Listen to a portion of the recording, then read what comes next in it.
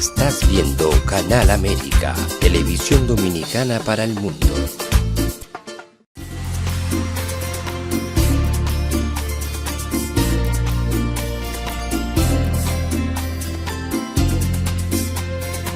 A Time for True show is sponsored by the Office of Dr. Bernard Fialkoff, a periodontal, dental implant and laser specialist in New York City, for over 40 years.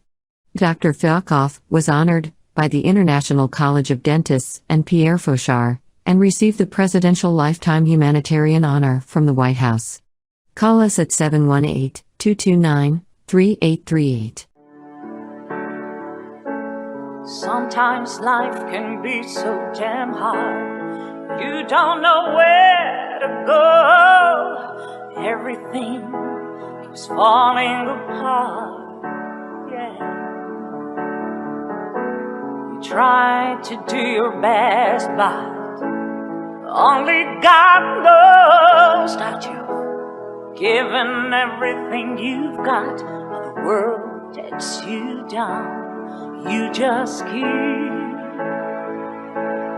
moving on. Let your fears. Welcome to A Time for True show, and happy Labor Day, a great holiday during the year. It's a pleasure to have you back with us again today. I'm your host, Dr. Bernard Fialkoff. And as we start, many of you have been asking, how do I avail myself of the episodes so I can see them all? Very simple. You go on a YouTube on A Time for Truth show. So again, you go on YouTube on A Time for Truth show. You click on the subscribe button and you'll be availed of all the episodes over the last few years. So we'd love to have you with us as our member. And tonight's show is very important because we're dealing with spirituality, and we're dealing with family and community. And our world has advanced technologically, but unfortunately it seems like as we've advanced technologically, we're losing our humanity and our godliness. And so tonight's show will go a long way to taking a look at what we want to do and where we want to go from here, and how we incorporate technology with humanity and spirituality and move forward in a more balanced, harmonious way. We're very lucky tonight to have all the way from Chicago, the Windy City, Evangelist Latice Porter, and engineer. Let's put her pictures up on the screen so our viewers can meet her.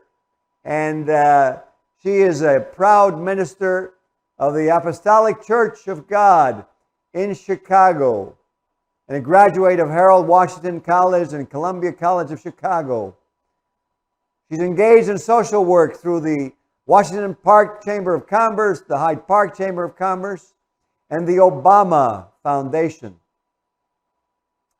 She's also a poet and has authored The Hour at Sunrise, and has recited her poetry on the same platform as former President Barack Obama at the Chicago Hyatt Regency Hotel program, and on the Printers Row in the Windy City.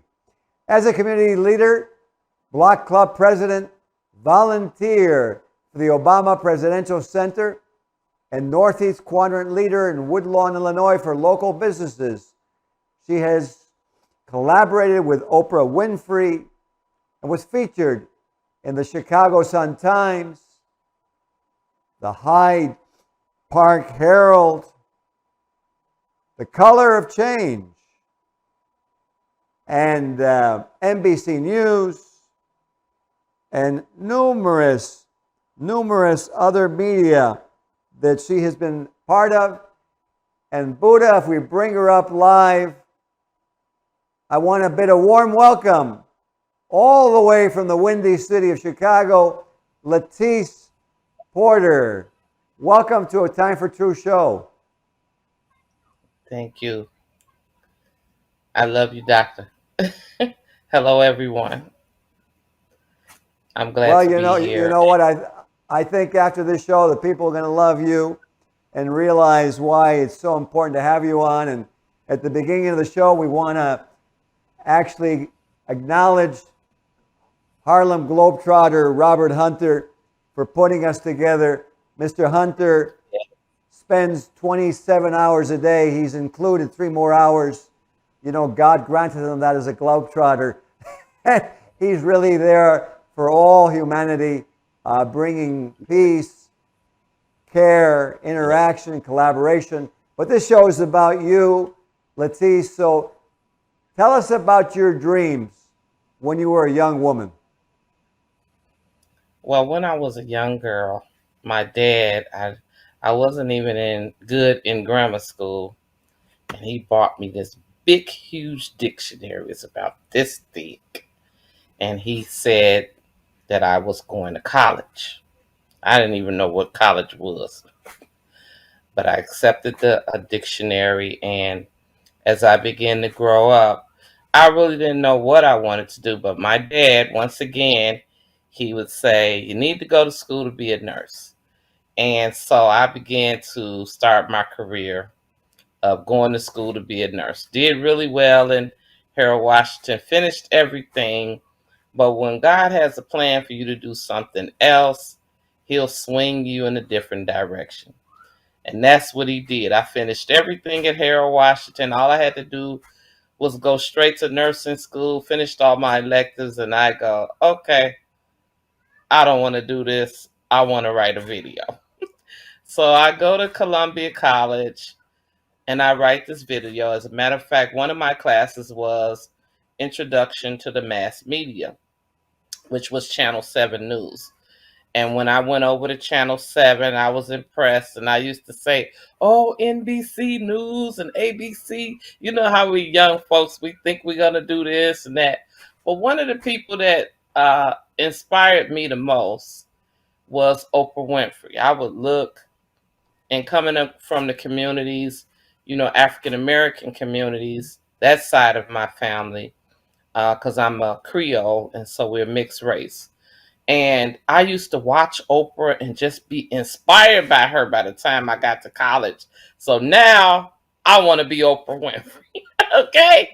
So as time progressed, I was also in church, and I started writing Christian poetry and putting that to the side. Writing Christian poetry, putting it to the side.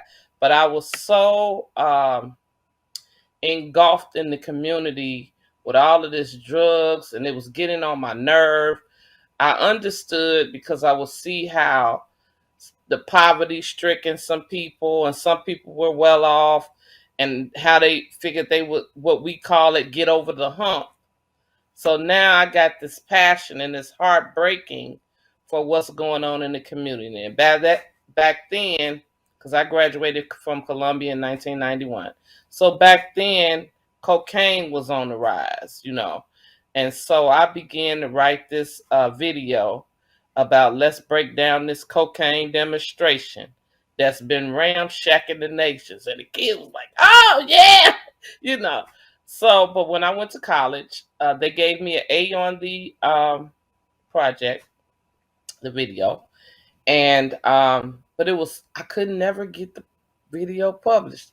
I didn't know where to turn and where to go. So I had compiled all of these pieces of Christian poetry. Now I'm in church really fine, learning about Jesus. So I said, okay.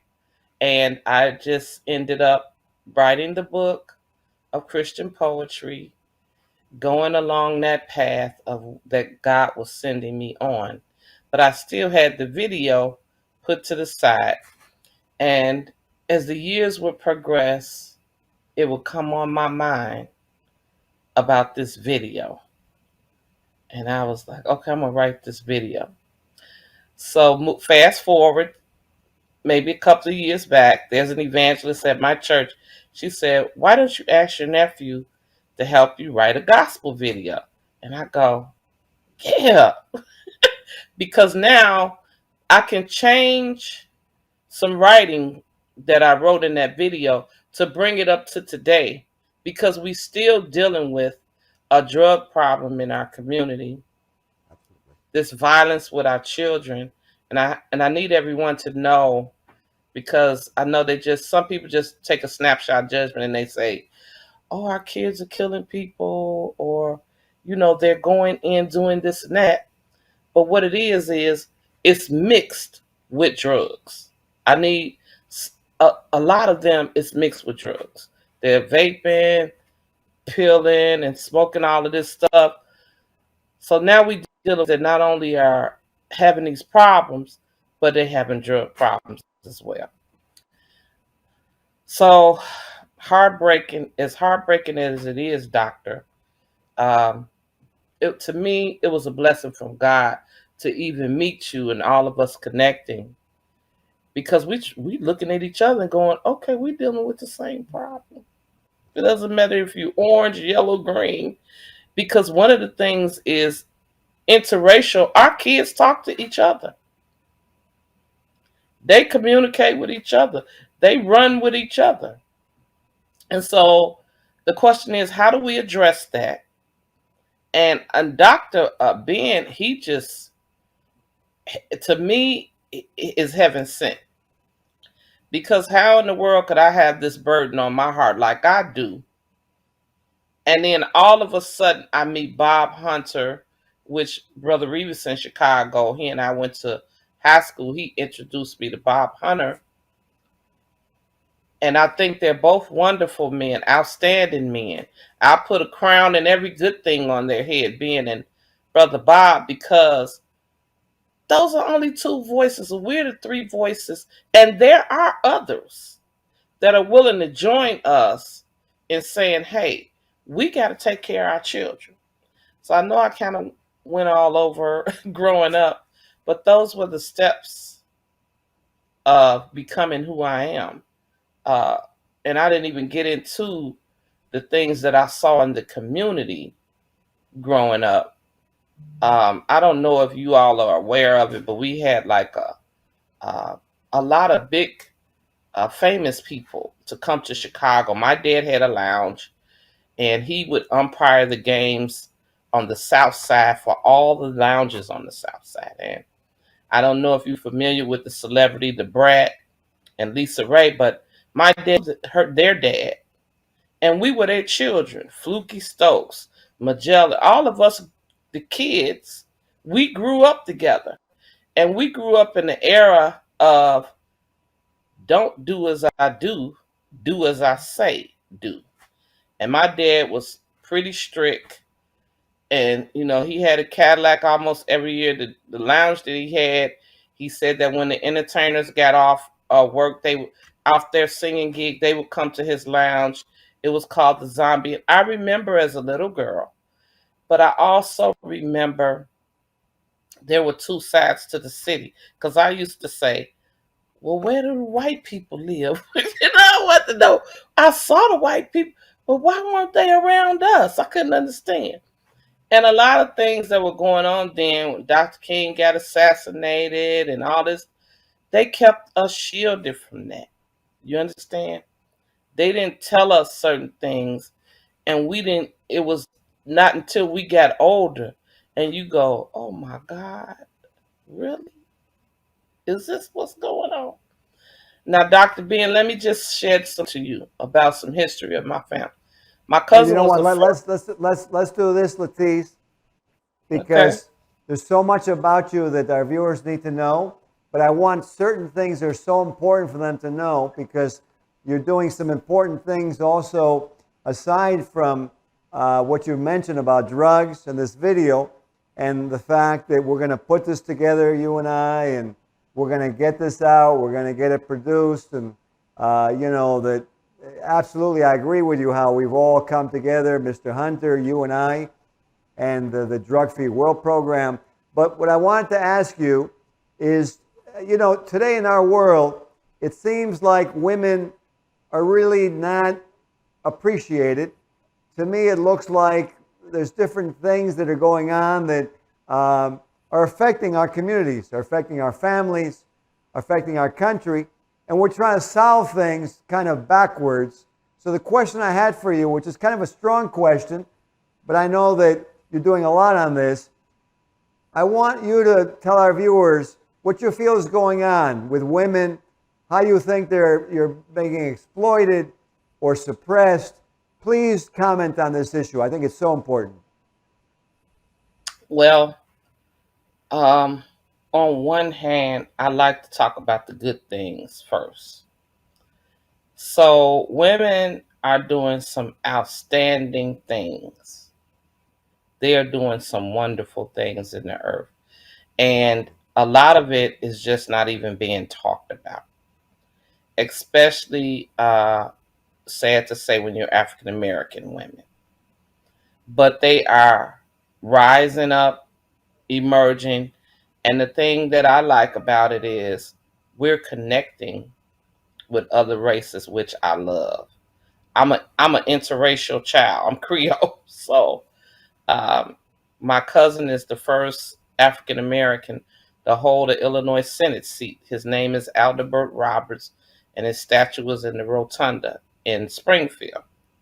He also held the Illinois House of Representatives seat. But what I want to see us women do, and as a matter of fact, we're going to do the Million Woman March, as you know, Dr. Ben. Not just for the women, but for our families. Because it's high time for us to be disconnected. It's high time for talking about women to be downtrodden. We have a lot of black women that are missing.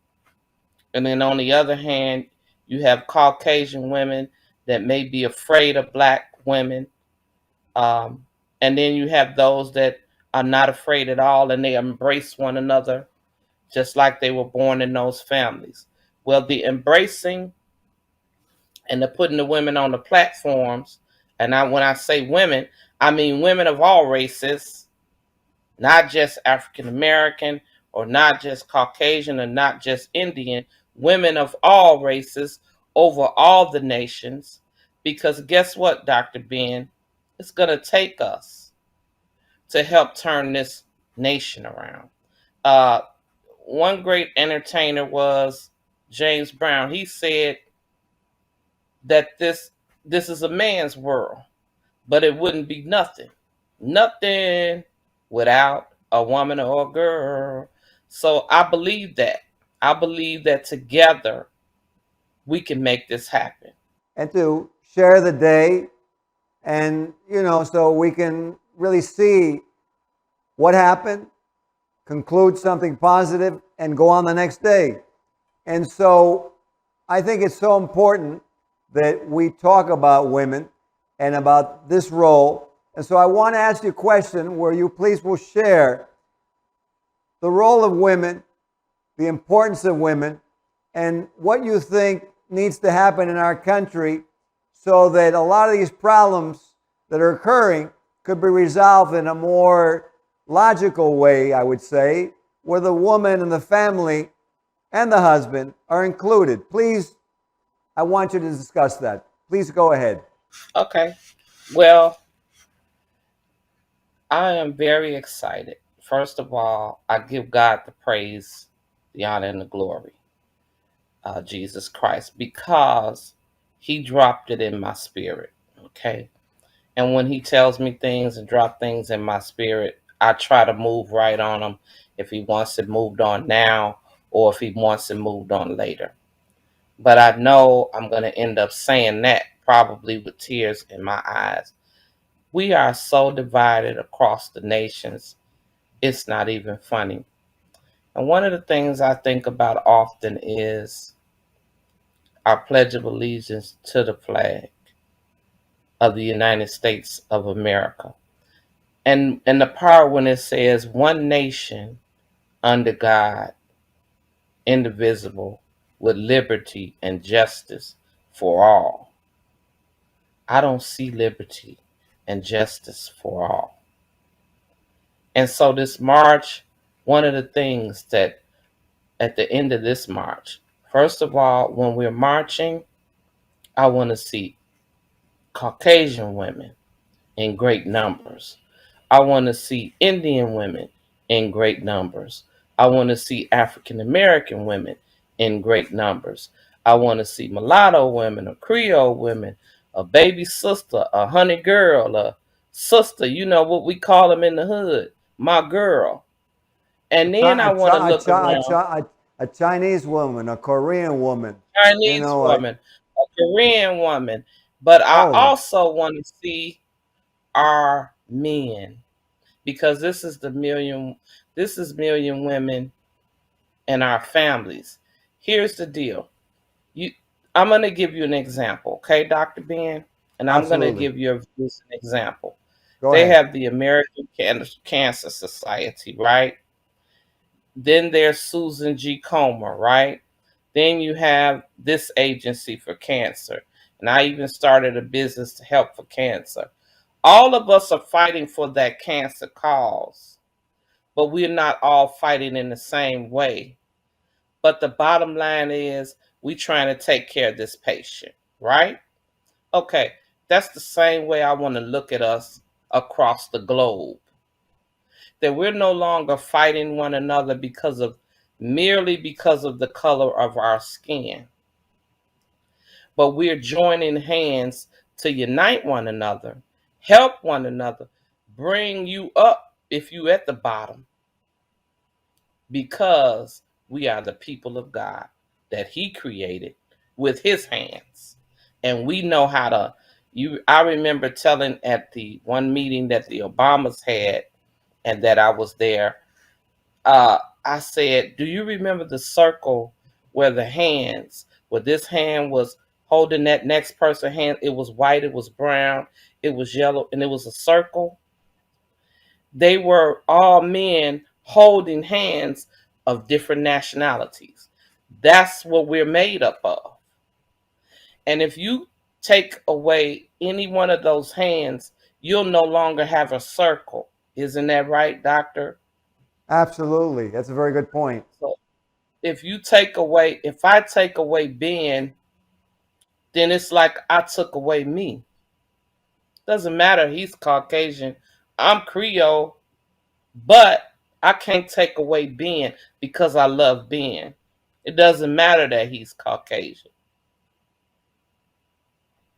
It doesn't matter to Ben that I'm African American. How do we take care of this person? How do we help this person be a better person? And so we march, and the board, I don't want them to kill me because they'll say, you giving away, they might say I'm giving away secrets. But we march for equality rather than inequality. We march for love. We march so that we don't go to our prisons any longer and see 30 African American men and it's 3 Caucasians.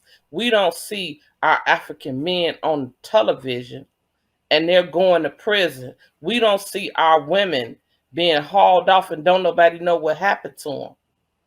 Oh, we march for love. We march for unity, and we march for togetherness. Absolutely. I want to say something to interject in the middle of what you're saying, because you mentioned something that I think is very important. First of all, for all of you watching this show, it's high time in our world that instead of competing with each other, we listen to Latice Porter, who's doing something with her Board for Humanity, and we look at how we empower this and work with them. If you look, and I ask you to look right now as you're watching this show, realize that the reason that you can be in your home and you can go on vacation or you can go to work is because you and your wife can go to a supermarket, and that supermarket has food that's come from farmers all over the country and farmers from all over the world. And if those farmers decided to stop, all of us would go hungry. So many things that our farmers do for us, and really they need to be recognized. What is the point is this: we need to give recognition, not competition. Our farmers need recognition because they feed the world. Latice Porter and her group needs to be given nutrition, support, recognition. Why? Because they're going to do something that's going to help the world. And so I would say when you're watching this, reach out to her. And I want to ask you, Latice Porter, what is your email so that they can reach out to you, please? Okay. They can reach out to me at Latice Porter, Latice Porter, Porter, at gmail.com. Wonderful. So that's what, we should do. I think that, what you're saying is right on the money. I think women are so important. It's right on the money. Families are so important. Unfortunately, we've run out of time, so we're going to have you on another show because there's just way too many things we haven't even gotten to today. But there's so much that we have to get to. So first of all, I want to thank you for being on the show, Latice. You're welcome. You're welcome, Doctor. Thank you for having me.